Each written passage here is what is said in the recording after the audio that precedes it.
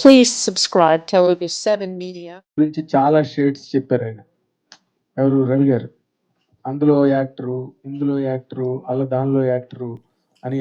అంటే దీంట్లో అన్ని షేడ్స్లో మిమ్మల్ని మీరు ఎక్కడ ఐడెంటిఫై చేసుకోగలిగారు ఈ సినిమాలో అంటే ఏం ఆన్సర్ చెప్తారండి? నేను పెరుగుతున్న క్రమంలో ఏవైతే పేపర్లో చదువుతుంటాను, టీవీలో చదువుతుంటాను, తను అన్నారు వాయిస్ లేని వాళ్ళకి వాయిస్ అవుతుంది అని. అది నాకు కథలో కానీ నా క్యారెక్టర్లో కానీ నాకు అది బాగా నచ్చింది. కాదు, మీరు అంత డప్పు నేర్చుకుని డ్యాన్స్ నేర్చుకుని అంటే ఏంటి మీది ఆ కైండ్ ఆఫ్ అంత ఇంటెన్స్ ట్రైనింగ్ ఎందుకు తీసుకోవాల్సి వచ్చింది? అంటే సార్ సిర్రా కర్రపుల్ల పట్టుకొని నటించడం వేరు, బేసిక్స్ తెలిస్తే కొంచెం అట్లీస్ట్ ట్యూన్కి మ్యాచ్ చేయొచ్చు, క్యారెక్టర్లో ఉండొచ్చు అని ఒక 30-32 జతుల వరకు నేర్పించాడు సార్. నాకు ఇప్పుడు గట్టిగా 4-5 గుర్తున్నాయి. మీరు ఒక ఇన్స్టిట్యూట్ పెట్టించుకోవచ్చు 32 జతలు నేర్చుకున్నారంటే. సో ఈవెన్ డాన్స్ కూడా సార్ ఎవ్రీడే వెళ్ళేవాడిని. సో క్యారెక్టర్కి అది డిమాండ్ ఉండింది కాబట్టి అతను పర్ఫార్మర్, క్యారెక్టర్ భగవంతుడు అనే అతను ఒక ఫోక్ ఆర్టిస్ట్ కాబట్టి నేను వాటి కోసం నేర్చుకోవాల్సి వచ్చింది. ఫోక్ ఆర్టిస్ట్ సినిమాలో. Okay okay. గోపి గారు, ఏంటి అసలు ఈ సినిమాలు ఈ రోజున అన్ని ఫ్యాంటసీలు, హారర్లు విపరీతంగా మార్కెట్ను ఓవర్ క్రౌడ్ చేసి పెట్టినాయి. ఇప్పుడు మీ సినిమా థియేటర్కి వచ్చి ఆడియన్స్ చప్పట్లు కొట్టి ఈలలు వేసి పెద్ద హిట్, పెద్ద సక్సెస్ అవ్వాలంటే what is the hooking point అంటే మీరు డైరెక్టర్గా ఈ సినిమా గురించి ఏం చెప్తారండి? సార్ యాక్చువల్గా ఈ కథలో ఉన్న నిజాయితీ అని చెప్తాను సార్. అంటే జనం మారిపోయారు, మనల్ని మారమని చెప్తున్నారు. వాళ్ళు విజయవంతం చేస్తున్న సినిమాలు, వాళ్ళు రాకుండా ఉన్న సినిమాల ద్వారా సైలెంట్గా మనం ఎలా అంటే నేను ప్రేక్షకుల్ని గురువుగా భావిస్తాను. అంటే వాళ్ళు మనకు నేర్పిస్తారు, మనం వింటే వాళ్ళు ఏం చెప్తున్నారో అర్థం అవుతుంది. వాళ్ళు ఇప్పుడు సినిమాలో ఒక నిజాయితీ కోరుకుంటున్నారని నేను అనుకుంటున్నాను, మన కథలను కోరుకుంటున్నానని అనుకుంటున్నాను. మన కథల ఇది కూడా మన కథ కాబట్టి వాళ్ళు ఖచ్చితంగా ఆదరిస్తారనుకుంటున్నాను. అంటే నేర్చుకున్న తర్వాత ఈ సినిమా చేశారా? ఇది అందరూ నేర్చుకుంటున్నారు, నేను కూడా నేర్చుకోవాలని తీశారా ఈ సినిమా? అంటే నేర్చుకోవడం అనేది మన బాధ్యత అని సార్, ఇంకేం లేదు నా ఉద్దేశం. అంటే నేర్చుకోవడం అనేది నిరంతర ప్రక్రియ, అది ఒకసారి ఆగేది కాదు, మనం చనిపోయేదాకా సాగేదే. అంటే అంటే నా ఉద్దేశం ఏంటంటే ఫస్ట్ జనం ఏమనుకుంటున్నారు, ఏం కోరుకుంటున్నాను అనేది ఫస్ట్ వినాలని. అంటే మనం ఏదో చెప్పడం కాకుండా జనం ఏం కోరుకుంటున్నారు అనేది అర్థం చేసుకోవాలని నేను అనుకుంటున్నాను. అందుకని వాళ్ళు గురువులని అనుకుంటున్నాను. అంటే చాలా మంది ప్రేక్షక దేవుళ్ళు అంటారు, నేను ప్రేక్షక గురువులు అంటాను. అదే నమస్కార బాణం బాగా వేశారు ప్రేక్షకులకి. Very good. రవి గారు, మీరు అనుకున్న బడ్జెట్ కన్నా ఎక్కువైంది అని ఏదో చెప్పారు మీరు. అంత బడ్జెట్ని మీరు ఎక్సైట్ అయ్యి టెంప్ట్ అయ్యి దానికి ఆపేయండి ఇక్కడ చాలు అని అనకుండా ఎక్స్టెండ్ చేసుకునే దాంట్లో, ప్లీజ్ వెయిట్, ఎక్స్టెండ్ చేసుకునే అంత ఎక్సైట్మెంట్ ఈ కథలో మీకు ఎక్కడి నుంచి వచ్చిందండి? ఈ సినిమాలో ఫస్ట్ కథ ఉందండి. కథ అన్ని సినిమాల్లో అంటే ప్రొడ్యూసర్కి ఒక సినిమా ప్రొడ్యూసర్ తీయాలంటే డబ్బు ఒక్కటే ముఖ్యం కాదు, అనుభవం కూడా ఉండాలి. ఈ సినిమా అంటే ఎంత పెడితే ఏ రేంజ్లో నడుస్తుంది, అంటే ప్రేక్షకులకు ఎంత రీచ్ అవుతుంది అనే అవగాహన నాకుంది. ఎందుకంటే నేను ఒక సినిమా పిచ్చోని. నేను ఇప్పటి నుంచి కాదు, చిన్నప్పటి నుంచే నేను స్కూల్లో చదువుతున్నప్పుడే రాత్రి అందరు పడుకున్న తర్వాత 9ంటికి స్కూల్ని హాస్టల్ నుంచి గోడలు దాటి సినిమాలు పోయి చూసి వచ్చేవాడిని. అక్కడి నుంచే నా సినిమా ప్రయాణం. ఇది ఎప్పుడు 5వ తరగతి నుంచి, ఇప్పుడు కాదు, అప్పటి నుంచి సినిమా చేయాలి. అందుకే నేను ఫస్ట్ నేను ఒక ఉద్యోగం చేస్తున్నాను మార్కెటింగ్లో, యూరో హోప్స్లో మార్కెటింగ్ ఎగ్జిక్యూటివ్గా చేశాను 97లో. దాని తర్వాత టాటా సెల్లలో బిజినెస్ మేనేజర్ చేశాను. అయినా కూడా నాకు సినిమా వైపే ఒక ఆసక్తి. ఆ ఆసక్తితోటే 2001లో మేలో అనగనా ఒక కుర్రాడు సినిమాకి అసిస్టెంట్ డైరెక్టర్గా చేశాను. దాన్ని పూరి జగన్నాథ్ గారు స్టోరీ ఇచ్చారు, ఎల్పి రామారావు గారు డైరెక్టర్. అప్పటి నుంచి సినిమా ఇండస్ట్రీలో 24 క్రాఫ్ట్స్లో నేను పనిచేశాను. దర్శకత్వ శాఖలో పనిచేశాను, ప్రొడక్షన్ విభాగంలో పనిచేశాను, డిస్ట్రిబ్యూషన్ రంగంలో వర్క్ చేశాను, కొన్ని సినిమాలకు కో ప్రొడ్యూసర్గా చేశాను, ఎగ్జిక్యూటివ్ ప్రొడ్యూసర్గా చేశాను.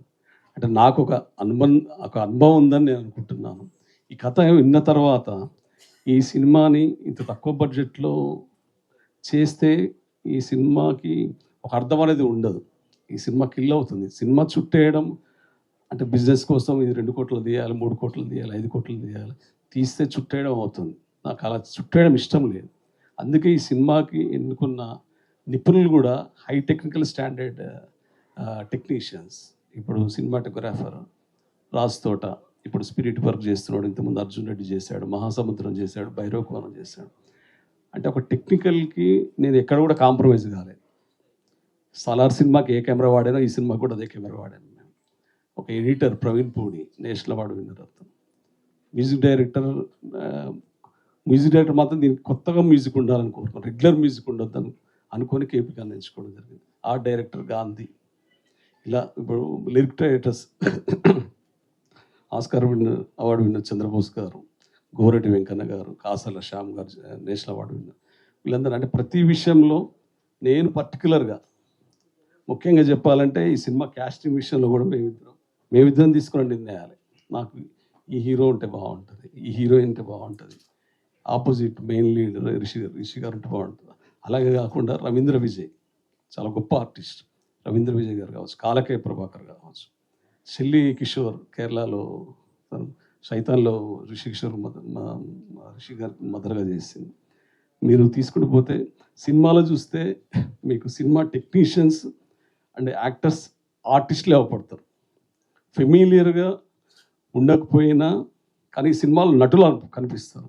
మీకు సినిమా చూస్తే ఇది మనం అంటే ఏదో కొత్త సినిమా చూస్తారని అనిపిస్తుంది. ఇప్పుడు ఎక్కడో కర్ణాటకలో రిలీజ్ అయిన కాంతారా మన దగ్గర రిలీజ్ చేస్తే జనాలు బ్రహ్మరథం పట్టారు.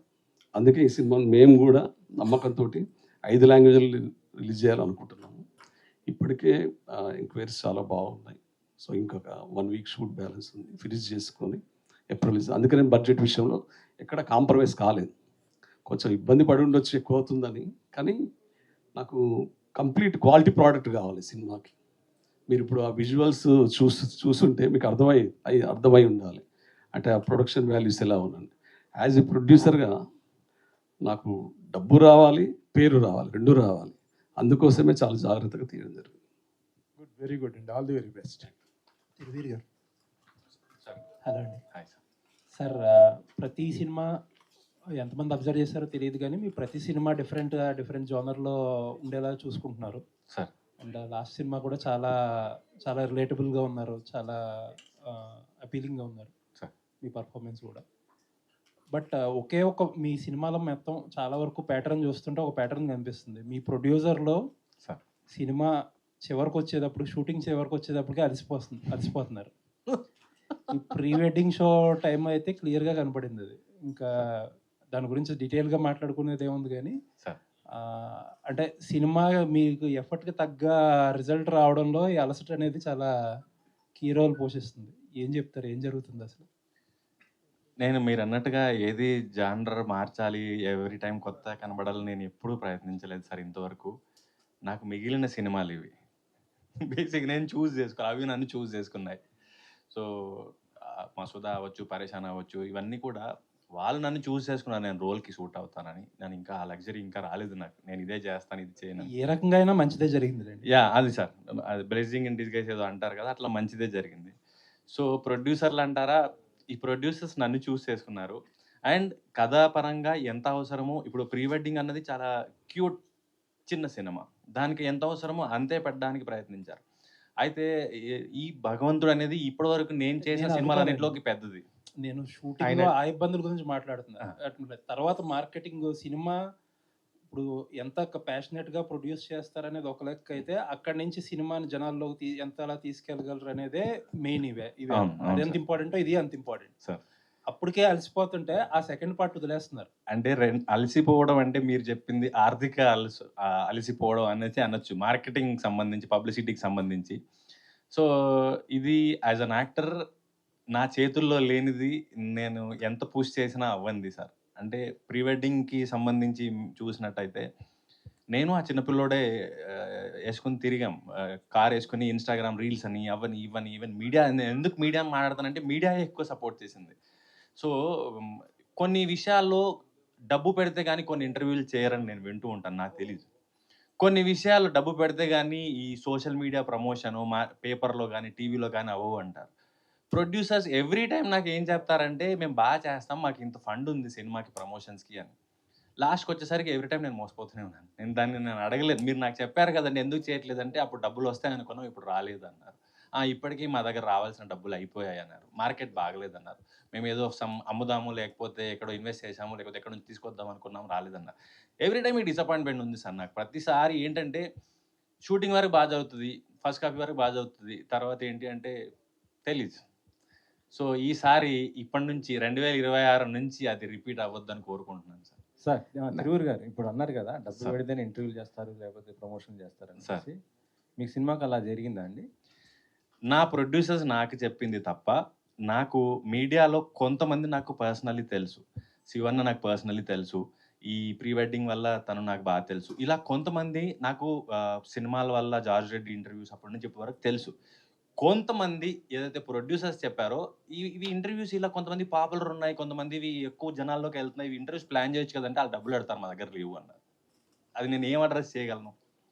కాబట్టి త్రూ ప్రొడ్యూసర్స్ వచ్చిన ఇన్ఫర్మేషన్ నాకు చాలామంది, నేను మీడియా వాళ్ళు అన్నాను, అందులో కొంతమంది మాత్రం నాకు పర్సనల్లీ తెలుసు, నేను వాళ్ళని అన్న అంటాను, సార్ అంటాను. మిగతా వాళ్ళని మీడియా వాళ్ళు కానీ నాకు చూస్తే గుర్తుపడతాను తప్ప నాకు తెలియదు. ఇప్పుడు సార్ నేను మిమ్మల్ని కూడా ఇంటర్వ్యూ ఎప్పుడు చేద్దామని అడుగుతున్నా, ఇప్పుడు కూడా అడుగుతున్నా ఎప్పుడు చేద్దాం, మీరు అడుగుతారు మళ్ళీ కనబడరు. అంటే రెడీ ఎప్పుడు చేద్దాం అంటే దాని అర్థం ఏంటి? దీనికి ఏంటంటే దీనికి ఏంటంటే ఇక్కడ దీనికి ఎవరు తప్పలేదు, డిమాండ్ అండ్ సప్లై అంతే. మీరు ఇప్పుడు డిమాండ్లోకి వచ్చారు, ఇక్కడ నుంచి మీ ఇంటర్వ్యూలకు ఎవరు డబ్బులు అడగరు నాకు తెలుసు. మీరు ఇక్కడ నుంచి ఇంటర్వ్యూలు ఇద్దరు కానీ సార్ అప్పటికి కూడా మీకు ఇంకా అడుగుతున్నారంటే అది ఇంకా మీకు ఇంకా డిమాండ్ రావాలని మీరు అనుకోవాలి తప్ప అదేం ప్రాబ్లం కాదు. ఇకపోతే ఈ సినిమాకి సంబంధించిన టీజర్ చాలా బాగుంది సార్, డైరెక్టర్ గారు ఫ్యాంటాస్టిక్ ఉంది. మంచి ఆత్మాభిమానానికి సంబంధించిన కథలు వస్తున్నాయి ఈ మధ్య మనం చూస్తుంటే. మీరు కూడా మంచి కథ పట్టుకున్నారు, కానీ మీది ముందు రావాల్సింది. కొంచెం నాకు తెలుసు కారణాలు, చాలా చాలా బాగుంది. అయినా కూడా క్వాలిటీ పరంగా కానీ కంటెంట్ పరంగా మీరు పల్నాడుని ఎన్నుకోవడానికి కారణం ఏంటి సార్? నేను పల్నాడునే ఎందుకు ఎంచుకున్నానంటే అండి, నిజానికి పల్నాటి యుద్ధాన్ని మన తెలుగు మహాభారతం అంటారు. అంటే మన రూట్స్, మనం గర్వంగా చెప్పుకునే రూట్స్ అన్నీ పల్నాడులో ఉన్నాయి. తెలుగు సమాజం మర్చిపోయిన వైరుధ్యాలన్నీ పల్నాడులోనే పుట్టినవి అని నేను నమ్ముతున్నాను. ఎందుకంటే అక్కడ వేర్లగూడు ఉంది, అక్కడే మొట్టమొదట చాపకూడు పెట్టడం జరిగింది బ్రహ్మనాయుడు. ఇప్పటికీ కూడా అక్కడ కత్తుల్ని దైవాలుగా ఆరాధించడం అనేది, పూజ చేయటం, దైవాలుగా ఆరాధించడం అనేది ఉంది. ఒక గొప్ప సాంప్రదాయం.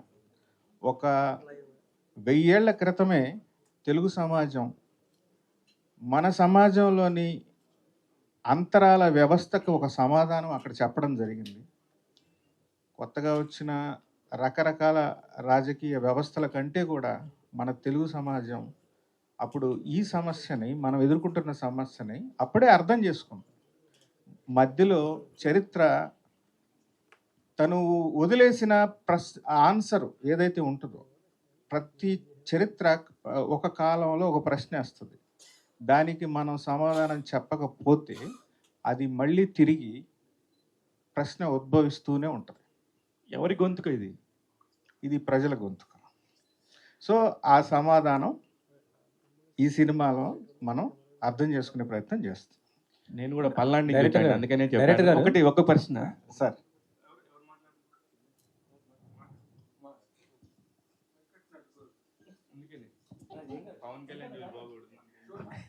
ఏం కాదు డైరెక్టర్ గారు, అంటే నాకు ఈ టీజర్ చూసిన తర్వాత నాకు ఏం కనిపించింది అంటే, ఎక్కువ కొంత రంగస్థలము ఆ బ్యాక్డ్రాప్ అది కొంత చాలా వరకు కనిపించింది నాకు.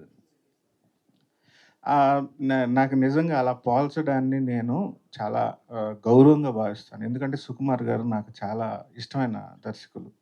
చాలా థ్యాంక్ యూ సార్. అంతేగాని ఆ సినిమా ఎఫెక్ట్ ఏం లేదు. లేదు సార్, అసలు ఆ సినిమాకి మన సినిమాకి అస్సలు సంబంధం లేదు, అసలు సంబంధం లేదు సార్. పారే గారు, గతంలో మీరు చేసిన సినిమాలకి ఈ సినిమాకి చూస్తుంటే చాలా డిఫరెంట్. ఇది కొంత మీ లుక్ కానీ చూస్తుంటే కూడా మాస్ ఇది కనబడుతుంది. యాక్షన్ కొంత చేసినట్టు కనిపిస్తుంది కదా, ఎలా అనిపిస్తుంది మీకు ఇది? చాలా చాలా ప్రౌడ్‌గా ఫీల్ అవుతున్నాను. ఎందుకంటే గోపి గారు ఈ కథ he wrote this with lot of passion and lot of intensity. So నిజంగానే it took me back to my theater days. ఎందుకంటే that is the kind of intensity it requires from all the actors. That is the kind of rawness that it requires from all the technicians. Everyone from like costume to DOP garu to everyone has maintained that raw scale of things. And I'm just very honored to be part of it. Social మీడియాలో ఏదో మీరేదో మాట్లాడినట్టుగా articles అందుకే వచ్చాయి. ఇంగ్లీష్లో మాట్లాడుతున్నాను. అదే ఏం నిజమా గుడ్ న్యూస్ ఎప్పుడైనా చెప్తారు? అదే సోషల్ మీడియాలో మీరు అంటే ప్రస్తుతం లవ్లో ఉన్నట్టు అవి న్యూస్ బాగా న్యూస్ వస్తుంది, లవ్లో ఉన్నట్టు అది ఇట్స్ ఇది ఇప్పుడైతే జస్ట్ సినిమాతో రిలేటెడ్గా మాట్లాడతాం. ఫరియా గారు, ఇప్పటి వరకు మీరు చేసిన సినిమాలతో కంపేర్ చేస్తే అందులో కొంచెం రొమాంటిక్గా కనిపిస్తున్నారు. సో మీ ఫ్యాన్స్ కానీ తెలుగు ఆడియన్స్ కానీ చాలా షాకింగ్లో ఉన్నారు టీజర్ చూశాక. సో ఆ రొమాన్స్ నరేట్ చేస్తున్నప్పుడు మీరు యాక్సెప్ట్ చేయడానికి మెయిన్ రీజన్ ఏంటి? Because he has the power to show it beautifully అండి. అది చాలా థిన్ లైన్ ఉంటుంది బిట్వీన్ వల్గారిటీ అండ్ ఆర్ట్ అప్పుడప్పుడు. So I think when he was the visualization that he had, appude నాకు అర్థమైపోయింది that it is a very beautiful representation of love అని. ఏంటి ఫరియానా ఇదంతా చేసింది అని షాక్ మోడ్లో ఉన్నాం. సో ఆడియన్స్ ఎలా రిసీవ్ చేసుకుంటారు రిలీజ్ టైం వరకు?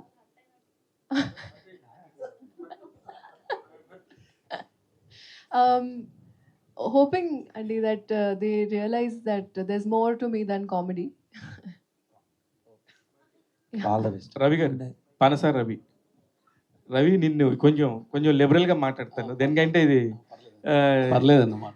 నువ్వు ఎంత పని రాక్షసుడు, ఎక్కడి నుంచి అయితే ఎక్కడికి రావాలనుకుంటాడు ఆ టార్గెట్ కొడతాడు. రామనాయుడు స్టూడియోలో పార్కింగ్ లేకుండా పోయింది ఇతని వల్ల. అంత కసి ఉంటుంది అతనికి. ఒక పని చేసినప్పుడు అంత కష్టపడతాడు. ఇప్పుడు ఇతను చేసిన 24 శాఖలు అంటారు కదా, ఈయన ఒక 30 శాఖలు చేసి ఉంటాడు ఇండస్ట్రీలో. అంత తెలుసు. ఫైనల్గా మీరు ఇక్కడ దాకా వచ్చారు. భగవంతుడు అనే దాన్ని కూడా చాలా ప్రిస్టేజియస్గా తీసుకున్నారు రవి. ఇంత టైం ఎందుకు పెట్టింది? అందరికి తెలుసు కొంచెం బడ్జెట్ పెరిగింది అనేది. దీని దగ్గర నుంచి ఏం నేర్చుకొని ఇప్పుడు ఏం చెప్తావు ఈ సినిమా గురించి? అంటే ఏం నేర్చుకోవడం అంటే ఏంటన్నా, అంటే నీకు ఎంత ఎక్స్పీరియన్స్ ఉండి కూడా ఇంత ఇబ్బంది పడ్డావు కదా. అంటే కథ విషయంలో కాంప్రమైజ్ కాలేకపోయా. ఫస్ట్ ఒక రష్ చూసుకున్న తర్వాత ఇంకేం చేయాలి అంటే దీన్ని గొప్పగా తీయాలనిపించింది నాకు. అంటే ఆ క్రమంలో వస్తున్న సినిమాలు చూస్తున్నప్పుడు ఈ మధ్య కాంతార ఫస్ట్ బడ్జెట్ 16 కోట్లు అయితే సెకండ్ పార్ట్ 100 కోట్లు పెట్టి తీశాను. సో నేను అనుకున్న బడ్జెట్కి దీనికి సంబంధం లేదు. నేను ఓన్లీ కథ నమ్మి మాత్రమే సినిమా తీశాను. అఫ్ కోర్స్ బిజినెస్ చేసుకునే తెలివితేటలు నాకు ఉన్నాయి, 1000% చేసుకుంటా.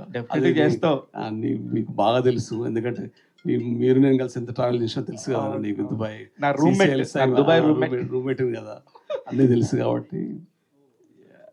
రవి గారు, ఇప్పుడు ఇప్పుడు జనరల్గా మార్కెట్ సినిమా ఇండస్ట్రీకి సంబంధించినంత వరకు ఒక మాట ఎక్కువ వింటుంటాం మనం, బడ్జెట్ ఫెయిల్యూర్ అని ప్రతి చోట వినిపిస్తుంటుంది అన్నమాట.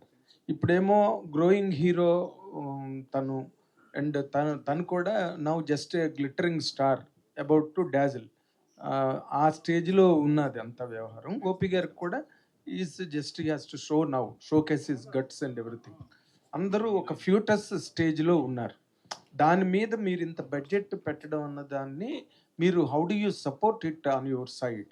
ఇక్కడ ఈ సినిమాకి బడ్జెట్ ఫెయిల్యూర్ అనేం లేదండి. యాక్చువల్లీ ఇది ఏంటంటే ఇది నా ఇష్టం, నా ప్యాషన్ కోసం చేస్తుంది. ఇక్కడ హీరో తప్పు లేదు, హీరోయిన్ తప్పు లేదు, డైరెక్టర్ తప్పు లేదు. డైరెక్టర్ అనుకున్న బడ్జెట్లోనే ఆయన తీయాలనుకున్నాడు, కానీ నేనే పుష్ చేశాను. మనకు ఈ యాక్టర్స్ కావాలి, ఈ మ్యూజిక్ డైరెక్టర్ కావాలి, లిరిక్స్ అని నేనే రాస్తా అన్నాడు.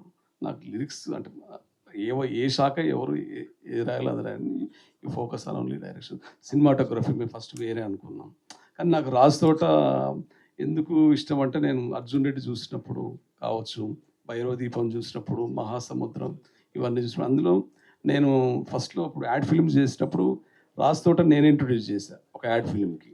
సో ఆ రిలేషన్ ఉంది. సో దాని తర్వాత ఇప్పుడు పెద్ద సినిమాటోగ్రాఫర్ అయ్యాను. నేను అడగగానే మాట్లాడుకోవచ్చు. బట్ అక్కడ అంటే అంటే ఈ సబ్జెక్ట్కి ఆ క్వాలిటీ కావాలంటే లైట్స్ కావచ్చు, కెమెరాస్ కావచ్చు, ఒక క్వాలిటీకి వెళ్ళాలి.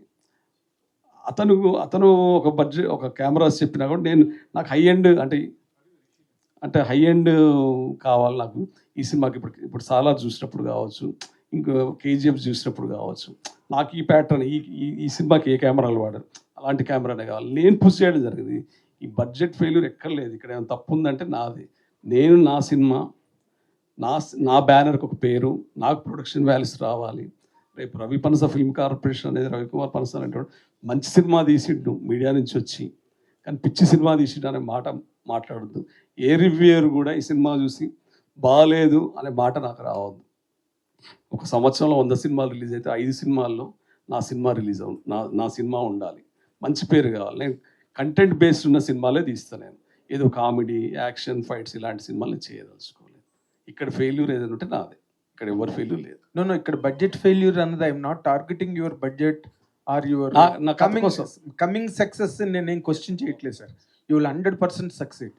ఎందుకంటే అలాంటి కొత్త యాక్టర్ల మీద మీరు అంత బడ్జెట్ పోసి చేశారంటే అంత సబ్జెక్ట్ డిమాండ్ చేసి ఉంటారు to excite the audience or to impress the auditoriums. That's good. That is really taken care of. నేను అడిగింది ఏంటంటే బిజినెస్ పాయింట్ ఆఫ్ వ్యూలో మనం చాలా చోట్ల వింటుంటాం కదా, మీ మెకానిజం ఏంటి, హౌ టు దీన్ని ఓవర్కమ్ అన్న పాయింట్లో నేను అడిగానండి.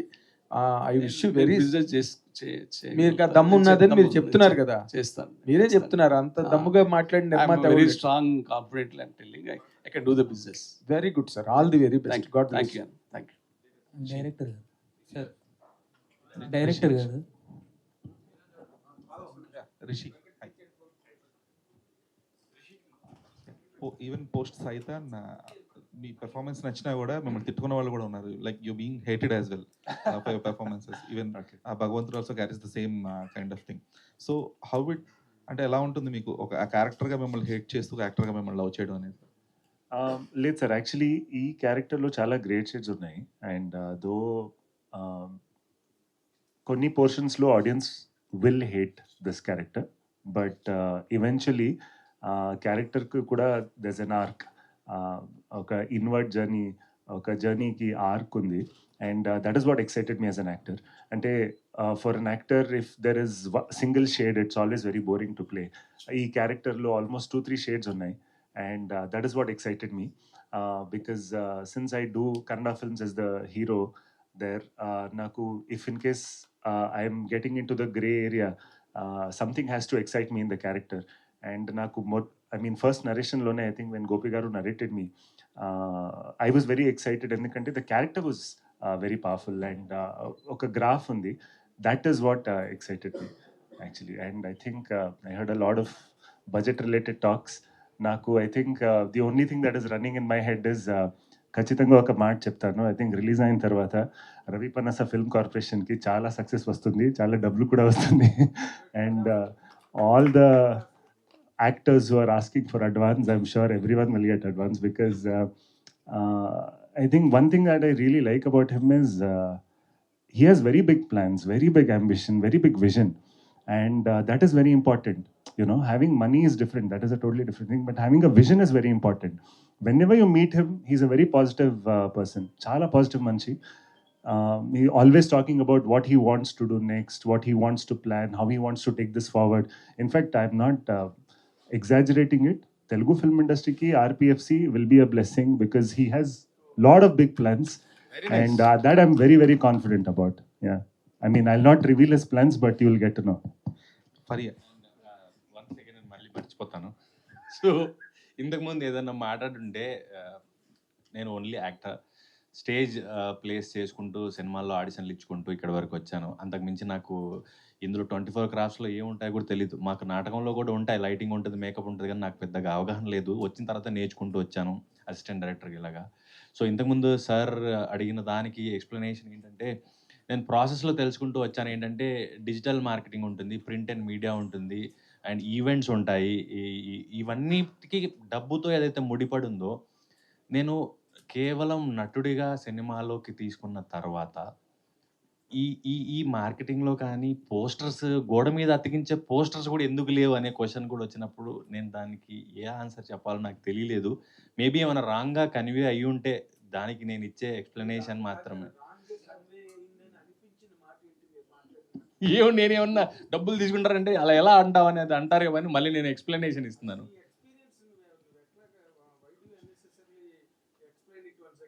నాకు తెలిసింది ఇంతే సార్. నాకు డైలాగులు క్యారెక్టర్ చెప్తే చేయగలను తప్ప ఇవి ఎందుకు అవుతున్నాయి, ఎలా చేయాలనేది నాకు తెలియదు. అందుకని కొంచెం కొంచెం ఫరీ ఈ క్యారెక్టర్ అంటే మీరు చెప్పారు కదా ఇందాక, like from glamorous roles to the traditional అనేది. సో ఈ క్యారెక్టర్ కోసం లేదంటే ఈ గెటప్ కోసం మీరు తీసుకునే కేర్ ఏంటి, and what is your homework for it? I had to ask actually a lot of tiny details sirki, ante culture gurinchi, background gurinchi, and not just ammai kani the whole ఆ టైంలో ఎలా ఉంటుందో, ఆ టైంలో జరిగిన differences ఏంటి, whole history lesson లాగా ఉండేది అప్పుడు. So I think more than the dance and the dappu, it was for me the mindset that I had to work on, that the injustice, the feeling of helplessness, and the, of course, the cultural aspect, which is very different from my upbringing. So I think I really enjoyed the process, and of course ఈ costumes, ఆ getup నేను చాలా enjoy చేశాను. All the locations that we went and shot in, automatically ఆ క్యారెక్టర్లోకి వెళ్ళిపోతారు మీరు అందరూ. Actually we just sit on the set like we are village people, like we are sitting in a community, అలానే మాట్లాడతాం. So it was a group effort అనిపించింది నాకు. Director Vihari గారు, ఈ 90s బ్యాక్డ్రాప్లో సినిమా తీసుకోవడం, దట్టి పల్నాడు నేపథ్యం తీసుకోవడం అనేది ఈ కల్లిస్టిక్ ఇన్సిడెంట్స్ రిఫరెన్సెస్ ఏంటి? యాక్చువల్గా సింపుల్గా చెప్పాలంటే అండి, నేను ఈ కథ రాయడానికి రీజన్ ఏంటంటే, కె విశ్వనాథ్ గారు అంటే నాకు ఇష్టం సార్. కె విశ్వనాథ్ గారు ఇష్టం, కానీ ఆయన శాస్త్రీయ సంగీతం గురించే సినిమాలు తీశారు. కానీ 90% జానపద సంగీతం అనేది జనంలో ఉంటుంది. జానపద సంగీతాన్ని మనం ఎందుకు పట్టించుకోలేదు? కె విశ్వనాథ్ గారు జానపద సంగీత నేపథ్యంలో సినిమా తీస్తే ఎలాగ ఉంటుంది అనే ఆలోచనలోంచి కథ రాసుకున్నాం. అప్పుడే ఈ భగవంతుడు నాకు పరిచయం అయ్యాడు. ఈ భగవంతుడి జీవితంలోకి వెళ్తూ అంటే అతని బాధలు కనిపించినాయి. అలా ఆ కథ సీరియస్ అయిపోయింది. యాక్చువల్గా కె విశ్వనాథ్ గారి మీద గౌరవం అంటే ప్రేమతో రాసుకున్న కథ కాస్త భగవంతుడి మీద అతని బాధతో దాన్ని ఎంపతైజ్ అయ్యాను. ఆ ఎంపతీలోంచి గ్రౌండ్ రియాలిటీకి వెళ్ళాను. ఆ గ్రౌండ్ రియాలిటీని సీరియస్గా అర్థం చేసుకోవడానికి చాలా చదివాను. ఎందుకంటే మనం చెప్తున్న కథ జనానికి సంబంధించిన అయినప్పుడు చాలా జాగ్రత్తలు తీసుకోవాలి. అలాంటి జాగ్రత్తలన్నీ తీసుకున్నాము. ఇది అర్థం చేసుకునే ప్రయత్నమే తప్ప సమాజాన్ని ఎవరి మీదో బ్లేమ్ చేయడానికి కాదు. ఒక సోషల్ రియాలిటీని అర్థం చేసుకున్నానికి. నేను ఇందాక చెప్పినట్టు కథలేవైనా సరే మనల్ని మనం, మన చుట్టూ ఉన్న జీవితాన్ని, మనం బతుకుతున్న సమాజాన్ని, కాలాన్ని అది అర్థం చేసుకోవడానికి పనికొస్తాయి. కథ పుట్టిందే అందుకు. సినిమా అనేది ఒక అద్భుతమైన కళారూపం కాబట్టి కథ ఉన్నతంగా చెప్పడానికి ఇంకా పనికొస్తుంది. ఆ కథకి ఎక్స్టెన్షనే సినిమాగా నమ్ముతున్నాను. అది నా చేతనైనంత వరకు నేను చేశాను అనుకుంటున్నాను. డైరెక్టర్ గారు కంగ్రాట్స్ సార్. టీజర్ చాలా బాగుంది. ఇక్కడ సార్ ఇటు. సో అంటే యాక్చువల్లీ ఈ మధ్యకాలంలో ఏదైనా ఫర్దర్ మూవీస్వి కానీ బిఫోర్ మూవీస్ చిన్న లింక్స్ వస్తేనే కంపేర్ చేస్తున్నారు మూవీ టు మూవీ. సో ఈ మధ్యకాలంలో ఒక గ్లిమ్స్ వచ్చింది అనమాట, ఎల్లమ్మ అని. సో కంపారిజన్ అలా ఉండబోతుందని అంటున్నారు అనమాట. సో అంటే ఏంటి దాని మీద కూడా ఒకసారి చెప్పు. అంటే ఏం లేదు సార్. ఇక్కడ జరుగుతుంది ఏందంటే, కేవలం ఎల్లమ్మకి సంబంధించింది కాదు ఇది. మొత్తం భారతదేశమే మనం గత 10 సంవత్సరాలుగా మన రూట్స్‌లోకి వెళ్తున్నాం. మన కథలు మనం చెప్పుకోవడం మొదలెట్టాం. అందులో భాగంగా అలాగ అనిపిస్తుంది గానీ, ఎవరి కథ వాళ్ళదే. దేనికి సంబంధం లేదు. సార్ ఎదిగే కథలు, మనుషులే దైవాలుగా ఎదిగే కథలు. అంటే ఈ 2 పాయింట్ల మీద మీరు రెండో పాయింటే ఎంచుకున్నారు సార్. అంటే మీరు దేన్ని ఎక్కువగా నమ్ముతారు? ఆ రెండోది నమ్మడానికి ముఖ్యంగా రీజన్ ఏంటి అంటే ఏం చెప్తారు? ఇప్పుడు ఇప్పుడు మనకి ఇది ఒక గ్రామం కథ. గ్రామం అంటే ఒక నమ్మకాల వ్యవస్థకు సంబంధించిన కథ. మనం ప్రతి గ్రామంలో కూడా మనకి పొలిమేరలో ఒక దేవుడు ఉంటాడు. అతను మనల్ని రక్షిస్తాడు. ఆరోగ్యం దగ్గర నుంచి అన్నిటి దగ్గర నుంచి రక్షిస్తాడు. ఇది మన బతుకు. ఆ బతుకుకు సంబంధించిన కథ కాబట్టి చాలామంది కూడా ప్రతి ఊర్లో ప్రతి గ్రామ దేవతకి ఒక కథ ఉంటుంది. అది నిజమై ఉంటుంది. అది కల్పనగా మారడానికి, కథగా మారడానికి, జానపదంగా మారడానికి ఒక సుదీర్ఘమైనటువంటి తరతరాలు చెప్పుకునే జ్ఞాపకం ఉంటుంది. ఆ జ్ఞాపకం, ప్రయాణం ఈ కథ. తిరువీర్ గారికి ఇది చాలా స్పెషల్ ఫిల్మ్. ఎందుకంటే ఆయన పెళ్లి కాక ముందు స్టార్ట్ అయింది. పెళ్ళయింది